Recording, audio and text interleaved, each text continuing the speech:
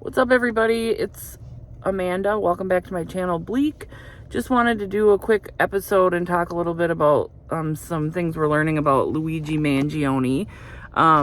If I did already do a video about him when he was first arrested, and then just basically talked about the basic information that we knew about him at the time. Some more things have come out about his motivations, and the reason I wanted to get on and talk about it is because I think there's a motivation that kind of explains his level of anger that not very many people are talking about. So I wanted to get into that. I'm assuming if you're watching this video, you already know who he is. I don't need to go through the whole scenario of what he did. He shot and killed the CEO of United Healthcare. People are saying, well, he was arrested in Pennsylvania with a manifesto that kind of implied that he was angry with the healthcare system. There were some things written on the bullets: deny, defend, depose, which was kind of what's the word I'm looking for? Directed at the healthcare industry and how they handle claims. Now, he had no direct connection to United Healthcare, which is interesting. I think a lot of people thought, well, maybe he had insurance through them and they denied something. The thing that's ironic about him is he comes from a family of wealth. So insurance coverage for him probably isn't a big issue in terms of if he needed surgery, even if he had high copays or high premiums. I don't think that was of any concern to him and his family. So that kind of makes his actions a little bit more mysterious, right? Because I think a lot of people thought, well, maybe he needed a procedure done and the insurance company denied it. But he comes from enough wealth that, like, his family could probably even just outright pay for the surgery. So I don't think that his motivations stem from anything like that specifically. So I've been watching some different, like, forensic psychologists do some psychological profiles of Luigi Mangione. And one thing that came out is, I think people know that he's had back surgery. And just for some context, I actually worked as an RN on a neurosurgical floor for over a decade. So I do have, a little bit of background knowledge in that field. And I will say that back surgery and anything to do with back pain is one of the most difficult areas of the body to treat when you're having chronic pain.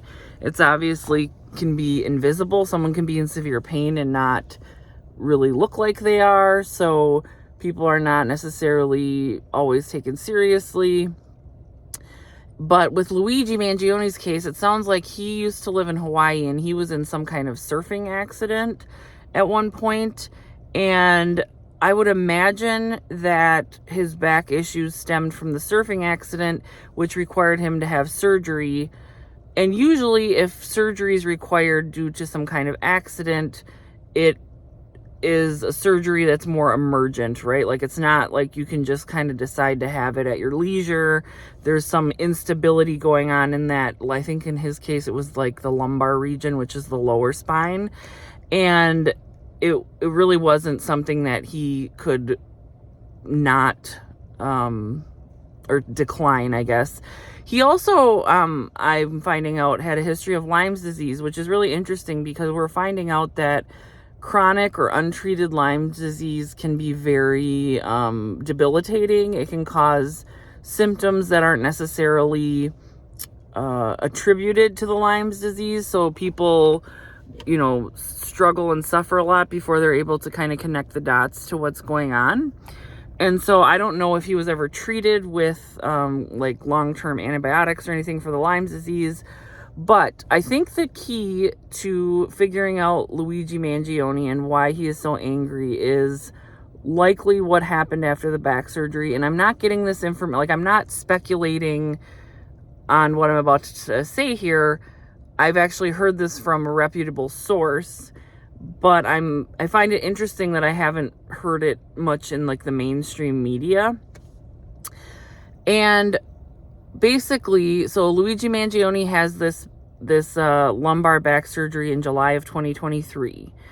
And that is kind of when things start spiraling for him in terms of his behavior and him kind of cutting off his family.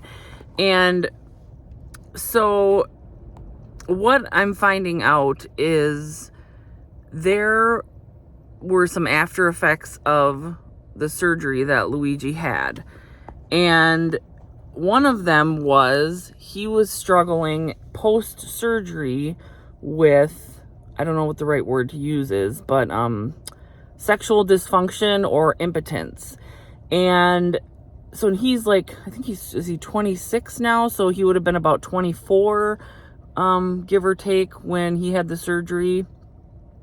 So he's 24, he has a college degree. You can imagine that he is probably in a situation where he wants to date. I don't know if he was wanting to, get married, start a family, or if he was just wanting to have casual relationships in that regard.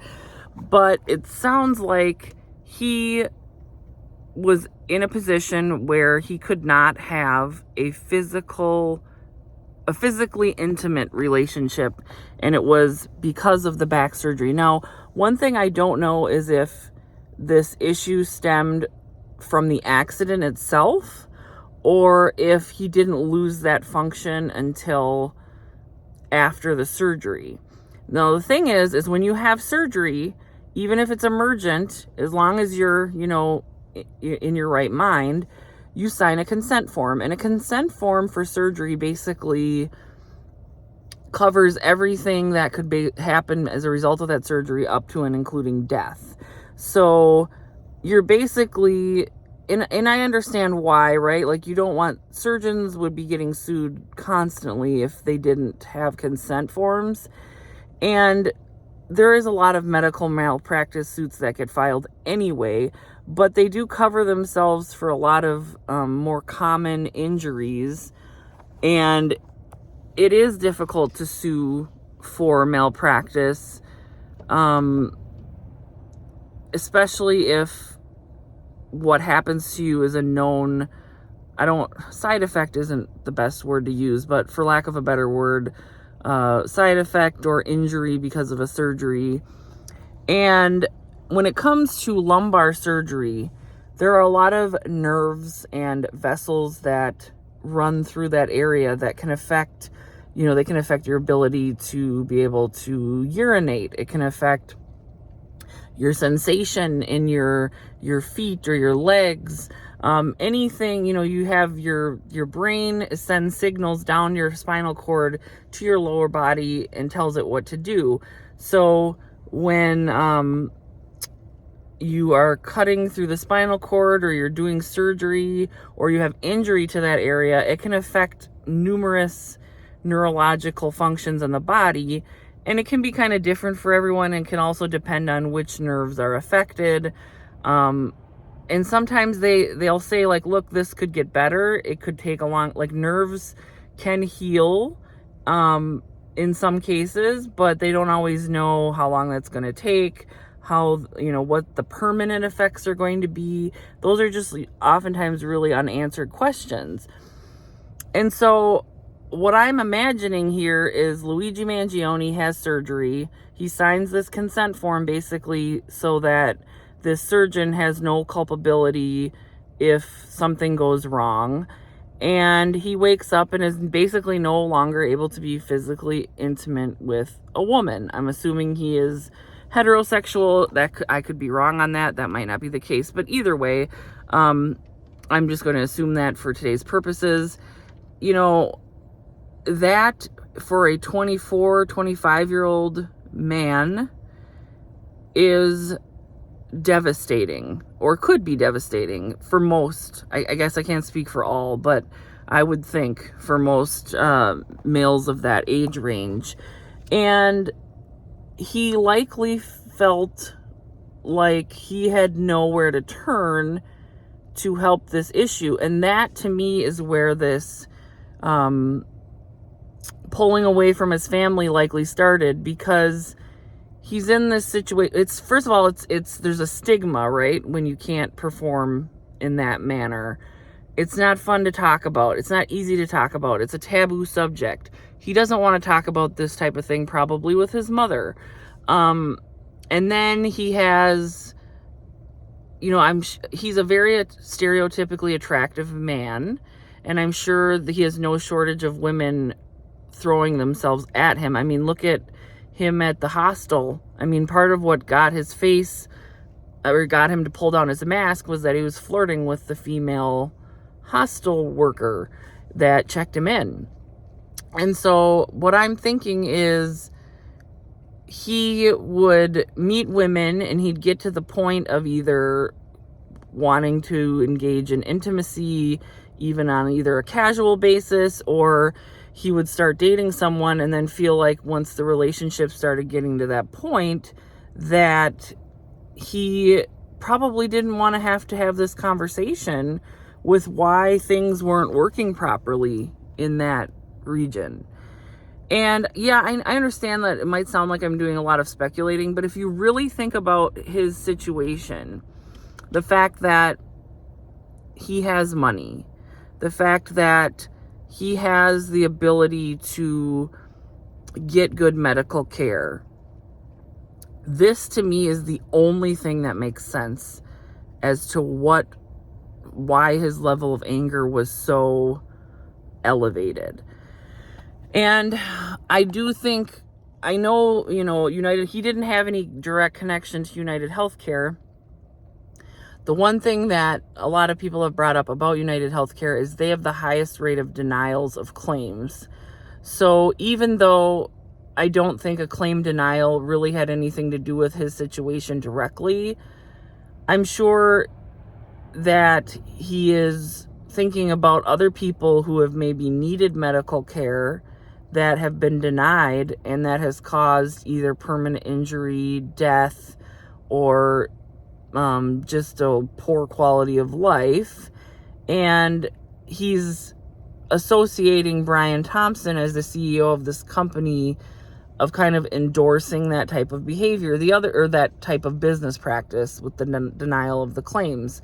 Another thing is Brian Thompson had been accused of insider trading, which I think was still on like an ongoing investigation.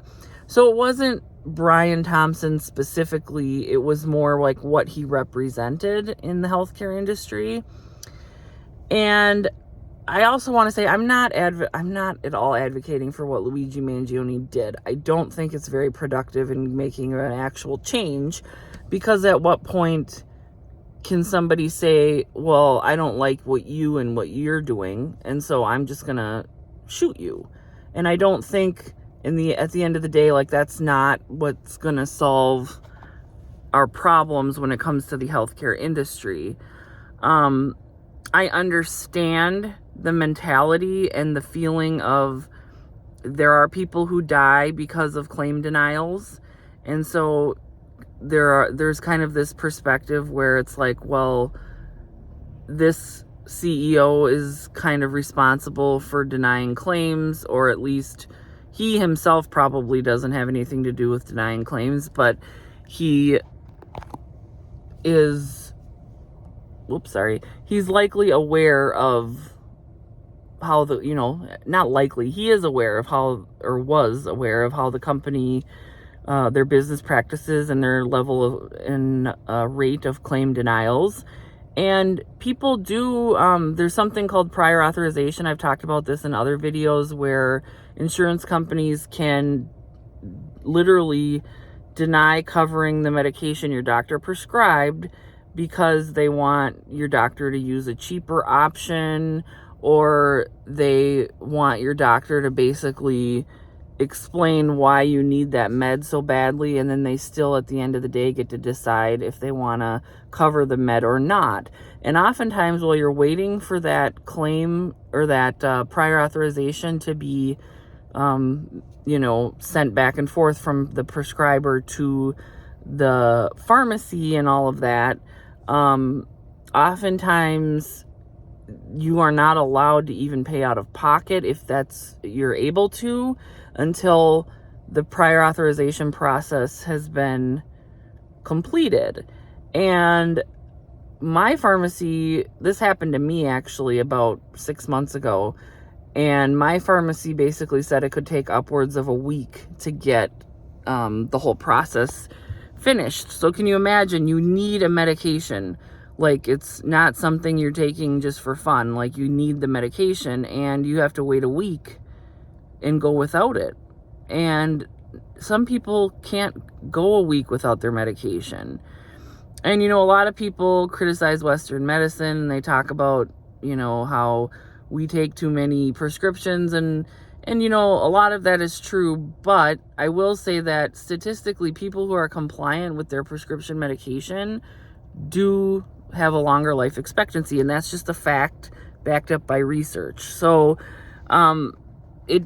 people do die waiting for, or not waiting for, or not being able to get medication. It's a real thing.